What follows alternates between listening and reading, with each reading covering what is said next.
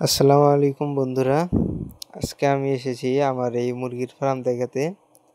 আমার এই মুরগির বাচ্চাগুলোর বয়স আজকে ৪ দিন হয়েছে। আজকে আমরা ভ্যাকসিন দেব।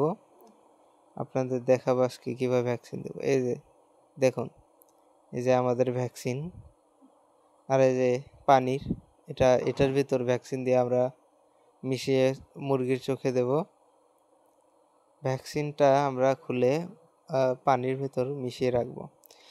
এই যে আমাদের এটা মিশানো হয়েছে। এবার আমরা এটাতে মুরগির চোখে ব্যবহার করব। দেখুন, আমার আব্বু আর আম্মু আর আমি মুরগির চোখে ভ্যাকসিন দিতেছি। ভ্যাকসিন দেওয়ার সময় নিশ্চিত আপনাদের একটা জিনিস খেয়াল রাখতে হবে, হাত মুখ ভালো করে ধুয়ে আসতে হবে। কারণ হাত মুখ না ধুয়ে আসলে মুরগির ভেতরে জীবাণু ঢুকে যেতে পারে।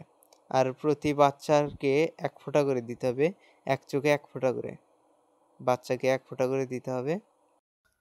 আমরা কিন্তু সিভেক নিউয়েল ভ্যাকসিনটা ব্যবহার করতেছি।